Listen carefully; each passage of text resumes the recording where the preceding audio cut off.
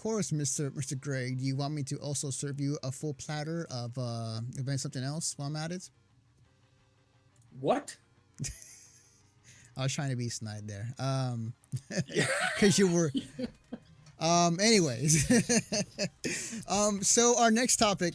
So the virtual console. It is something that people have been asking about for quite some time when it came to the Switch and where was it? What happened to it?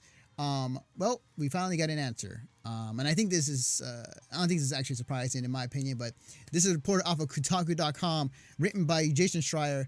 Virtual console is not coming to Switch, Nintendo says. In the wake of news that the Nintendo Switch online subscription service will include a Netflix-like library of NES games, fans have been wondering, is the virtual console coming back? The answer to that question is no, according to Nintendo. Quote, there are currently no plans to bring classic games together under the virtual console banner, as it has been done. You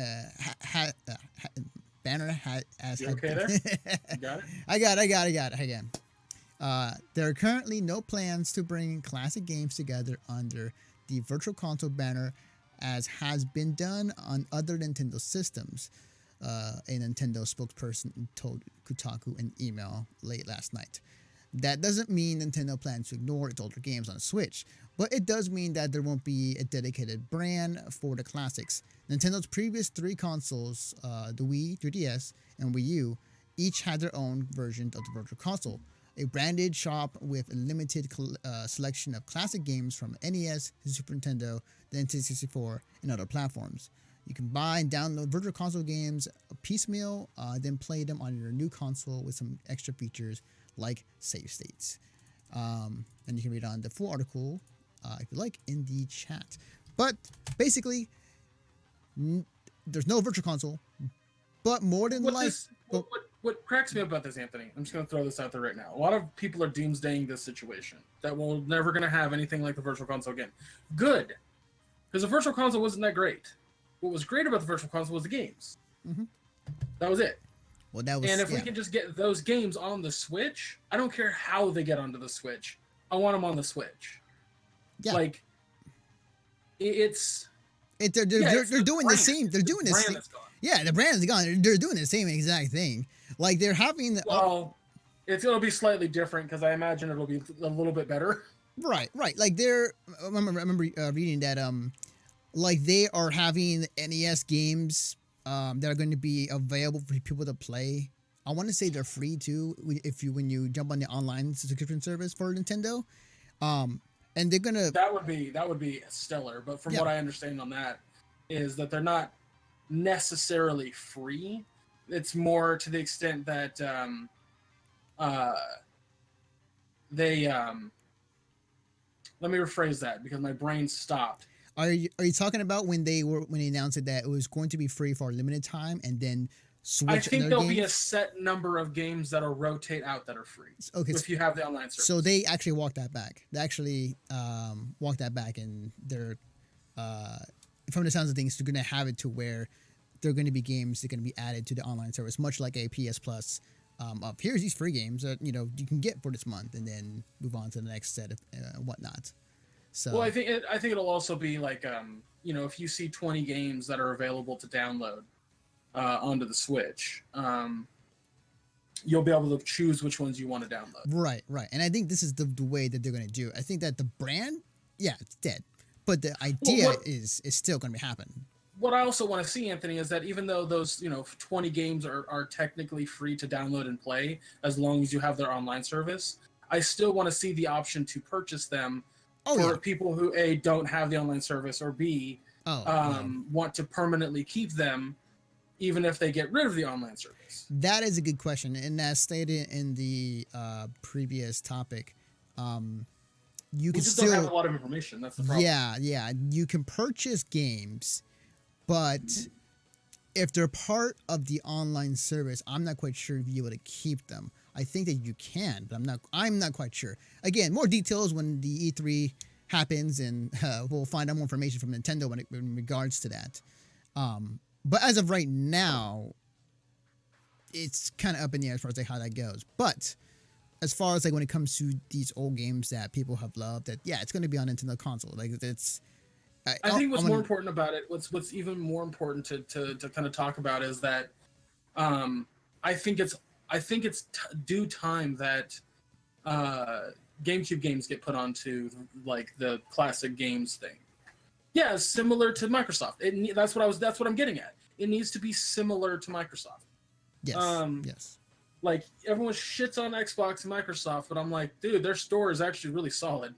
Through GameCube games. GameCube games need to go on there. Period. Have they done GameCube virtual games? Nope. Okay, well then that's. I actually don't think they've done N64. No, they have. They have. They have. Because right now, the Game Grumps are playing N64 games through the Virtual Console. Yeah. That would be cool. Part of it, I want to believe that some. I want my Billy Hatcher. I want my Billy Hatcher. God damn it! Wow. Don't wow me. That game's fun. That's a deep cut, man. When it comes, I mean, yes, that is definitely the one avenue Nintendo has not touched when it comes to the virtual console or the virtual games for the Nintendo platform. I think definitely that'll be a great access to library to check out. Outside of that, I think that they'll do the same thing they've done in previous years. Like you like Mega Man, it's gonna be on the online store at some point. You're gonna see Contra and everything else. I cannot stress enough. I give no shits about how it gets onto the Switch as long as it gets onto the Switch. I think the difference is that I think that whatever system they have for old games, whether it be its online subscription service that allows you to play old games or free games they give you, or buy games you can put on a Switch, I think more than ever, I think the Switch is suited very well specifically for these games. And I think that these old games will benefit much more better this time around. More better. Yeah, well, you get what I'm saying. It'll benefit more so than the last generation because you can take it on the go, and that's the huge proponent when it comes to the Switch is you can take it on the go, and that was something that I think will definitely propel them to push more games out for this console. Yeah, I mean, like. Everyone was like, "Oh, a virtual console on the Wii U is great because I can play the games on the gamepad." And it's like that's awesome, but that gamepad doesn't have a whole lot of distance. Yeah. The system is this. This is the system. The dock that I have is not the system. This is the system. Yes. And if I can do this while playing Mario 3, Mario World, Mega Man X, Billy Hatcher, I'll be happy. Yes, definitely.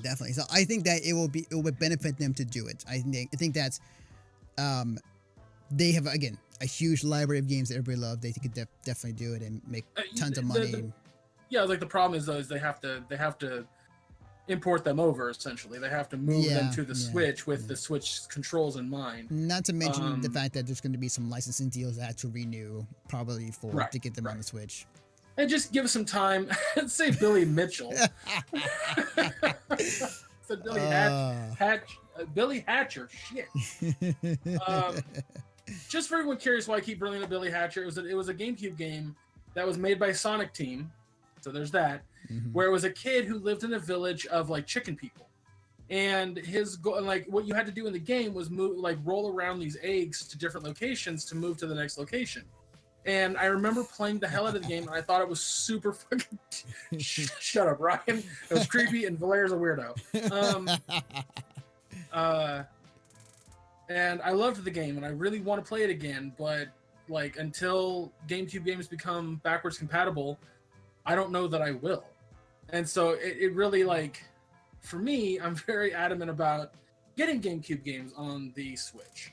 A lot of people sit there and argue that Mario Sunshine's a bad game, and I'm like, it's not. Oh wow! But I can't sit there and go play it. I know, right? Yeah. Yeah, get a game. Just get a GameCube and buy it again. That's the only way to play these classic games right now. Yeah. The GameCube classic games, I should say. And there's so many good GameCube games. Can you think of Resident Evil 4 on the Switch? Oh fuck, that's so good. If you really want to make me happy, put Killer 7. That is the most underrated game. So it's my Suda 51. It is weird as hell, but it is actually really cool. That'd be sick. But man, Resident Evil 4 would be great too. There's so many great GameCube games that would work perfectly. You see what Josh was talking about? Yeah. Yeah, guys. If you don't know, the other podcast I do, All Queued Up, is selling shirts. Really cool shirts. You can find them on our website, allqueueduppodcast.com. And it's a fun fact that Billy Mitchell, he lost his world record for Donkey Kong because he wasn't wearing one of our shirts. That is canon. That is actual facts. So, yeah. All right. So it looks like it's time. You know what time it is? Is that minute?